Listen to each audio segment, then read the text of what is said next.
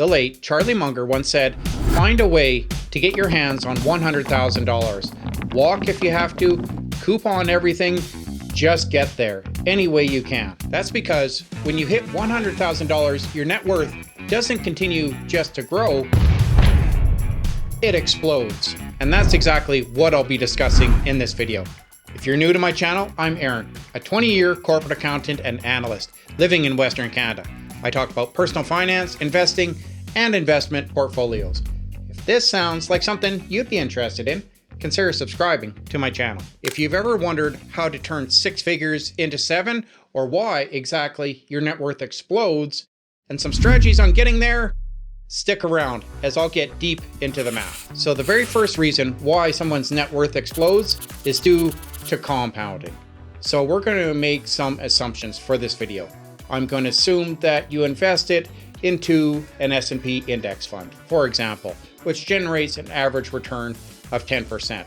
I'm also going to assume that you continue to contribute annually to this fund for up to 10 years so that you make annual contributions to this investment. Also, I'm going to assume that you don't withdraw those funds for any means. You leave it in there, continue to compound. Also, the S&P, of course, it has its bad days like everything else, and it's going to drop on certain years.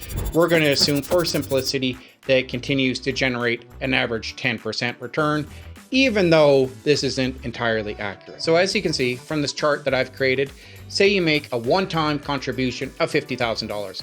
It'll take you about an average of 7.2 years to get to $100,000. This is using a 10% average annual return or interest rate. Say you make a $10,000 contribution every year, it'll take you approximately 7/8 years. So now let's do a mixed scenario. You make a one-time lump sum payment towards your investments of $50,000, but then you continue to contribute annually $5,000.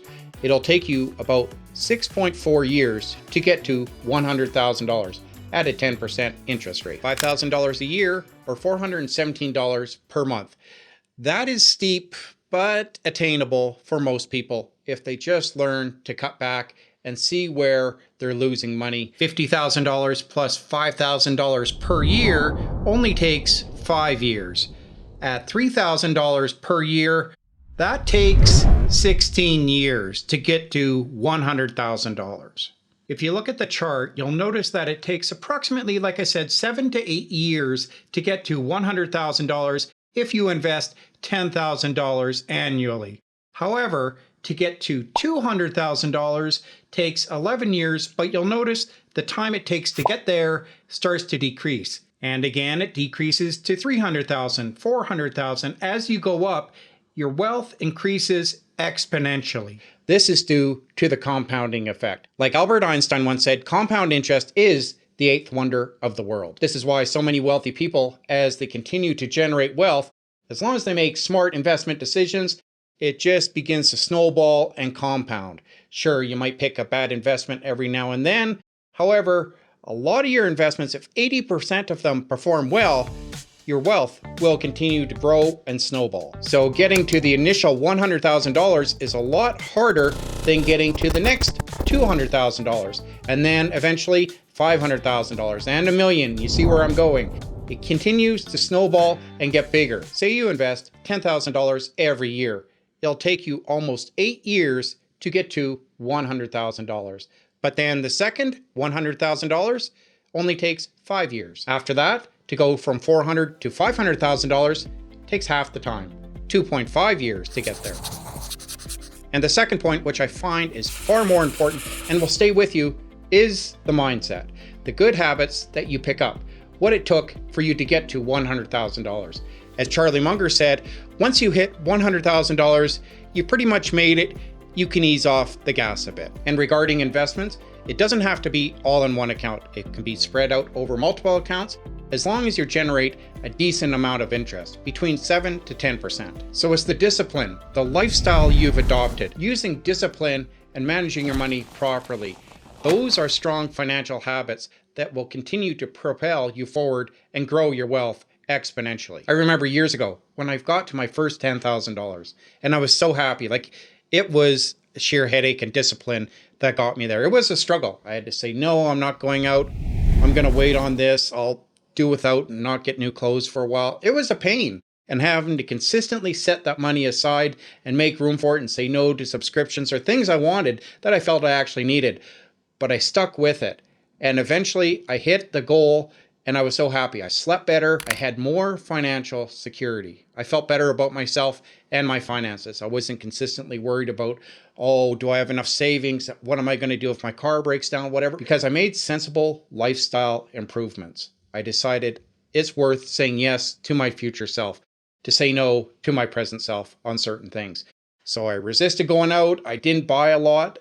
I made do with what I had, or I, stretched things a little further and used an old backpack or, ratty clothes for a while. I don't care.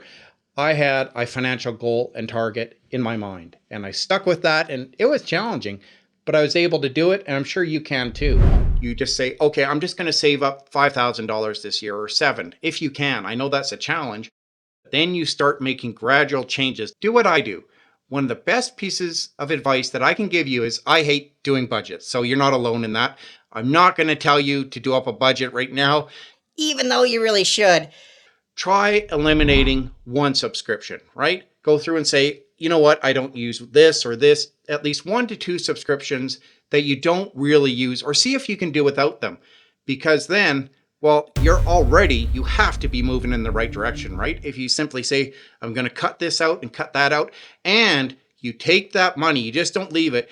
You take it and put it into a separate account. You start auto investing it into a separate account. And this is your savings account for, buying a home, for whatever, investing money, whatever you want to call it. And you set up automatic payments. So it's like when I quit smoking, right? Long time ago. I took that money and I just didn't leave it because somehow I could afford to pay for the cigarettes before. You take that money and say, okay, guess what? It's going in this account for investing. It's going in. I canceled my Adobe Creative Cloud plan, right? The thing was charging me for all these different apps, and it was about $90 a month. I used 2 apps, Photoshop and Adobe Edition, but I'm paying for everything. I know, I liked having all the apps available, I guess. I only used 2. So I kept one of them. I got rid of all of it, and now it still costs me about $25 to $30 a month. It's a heck of a lot better than $90, and I switched to Affinity Photo, which I absolutely love. One-time purchase. I'm done. I bought the Photoshop software. I am done. And that $30, $60, whatever it is a month, that adds up. Like that's $8,000, $9,000, $1,000 a year that I was paying. Those are silent, quiet killers of wealth. That first 6-figure target forces discipline, managing cash flow, ruthless cost control, maybe side hustles. You build your money muscles, automated contributions, budget tracking, resisting impulse buys. My friend Sarah, she was able to get to 100K in just under 7 years. She started biking to work, took packed lunches, hardly ever ate out, resisted going to the movies or on vacations. It's kind of a drag, I know. She started selling useless items that she no longer needed and cut down on some of her subscriptions. But she told me, and she called me up when she finally hit it. She was so excited. She finally got to $100,000. And it's the mold, the mind shift she had taken, because I started to see changes in her. She was thinking more strategically. What's this really going to cost me? Like, she was, in a sense, a different person. She used to kind of go out, have fun. She'd, give into the odd impulse buy, but nothing crazy. But still, she became so laser focused on her goal. And she got to 100K and she was ecstatic. And I was like so happy for her. Like, it's awesome. And then there's other things that people don't talk about. Once you get to $100,000, well, it's kind of like your war chest, right? You can pull in and tap into it, and you can kind of start taking smaller risks, right? You're more willing to say, okay, I'll venture out and try making different, smart still investments, right? So you can afford to play a little bit more with your money. This is what rich people do because they can afford to sometimes roll the dice on small investments. And if they're wrong, well, that's okay. They have a war chest right beside them that they can afford to take another gamble or risk. But that's what investments are in a sense, right? You're taking a risk. There's probably a good chance that it'll pay off, but every investment is different and comes with its own set of inherent risks. Again, like I said, I'm Aaron, a 20-year corporate accountant and analyst. I talk about personal finance, investing, and investment portfolios. I've been investing for almost 20 years now, and I think it's safe to say I know my stuff. If all of this sounds like something you'd be interested in, consider subscribing to the channel. The second thing is the mental boost and momentum, right? Like it's a confidence booster, right? You start to feel good about yourself and the direction your life is headed, right? If you get to $100,000, you're like, yeah, I did that. It's an ego boost. Don't get me wrong. Like it feels great. You know that you can do it and you're on track, right?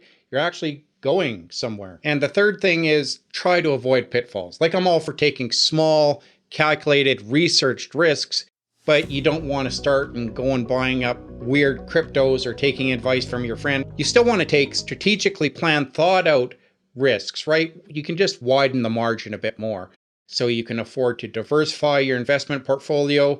I'm all for buying a little bit of Bitcoin, but other than that, I wouldn't start saying, oh, my friend told me this newest crypto is going to go to the moon. No, I wouldn't advise that. I'm just saying you can afford to widen your margin of risk tolerance a little bit, so you can afford to play a bit more and diversify your investment portfolio. But things are going to begin to snowball, right? Because you're already starting to learn to make better, wiser decisions with your money. So your wealth is going to continue to snowball and grow, right? Because you already have the mindset in place and the psychological discipline.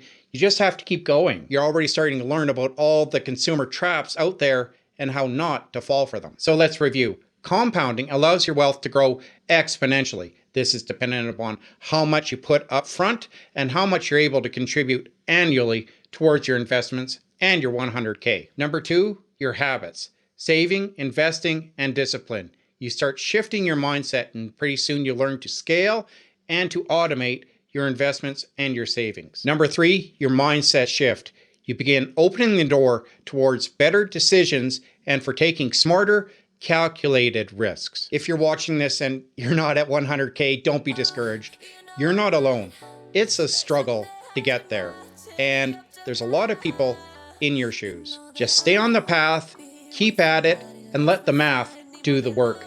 As long as you're disciplined and continue to save and make smart choices, you'll get there. If you're curious about how to read a stock chart for complete beginners, like you look at a stock chart on Yahoo Finance and you're kind of baffled at what all the financial ratios mean, and you wonder what a professional investor looks at when they're picking a stock, I made a great walkthrough video, a mini course that you should check out right here.